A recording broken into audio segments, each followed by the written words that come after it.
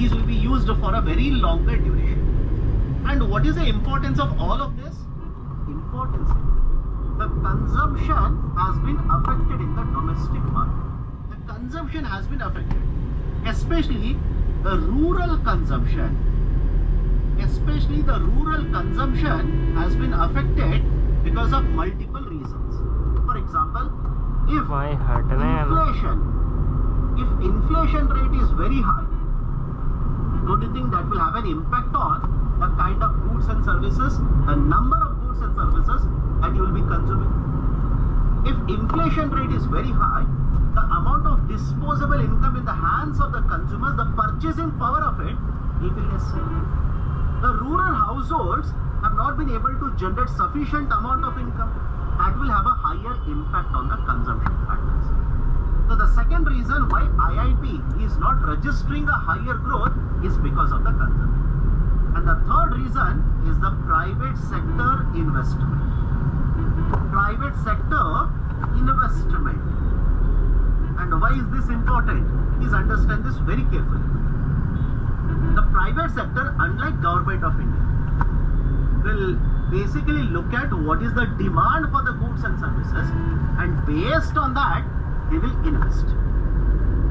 All of you able to understand this? Very simple logic. The private sector are not in the market for charity purposes. They are in the market because they want to invest and generate more profits.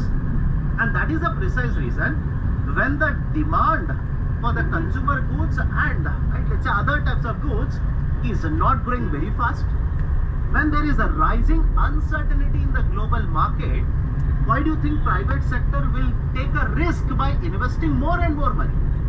They will not take that risk. They will control their investment. And what is the impact of all of this? Let me add a current affairs point here. Very recently, Reserve Bank of India, that is through monetary policy, Reserve Bank of India reduced interest rates. All of you are following this? The Reserve Bank of India, through the monetary policy, reduced interest rates. And what was the logic of it?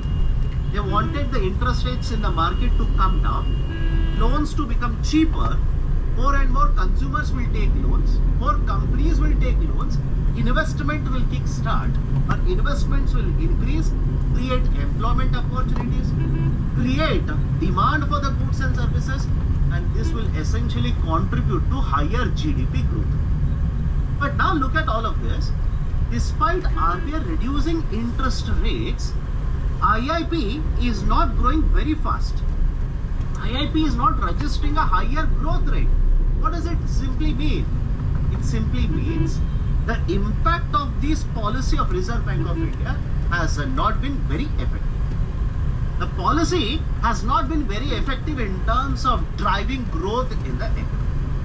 Now you'll have to wait and see in the coming days what kind of more policies will be undertaken by the Government of India as well as the Reserve Bank of India in order to boost production, in order to promote more and more production in the Indian economy.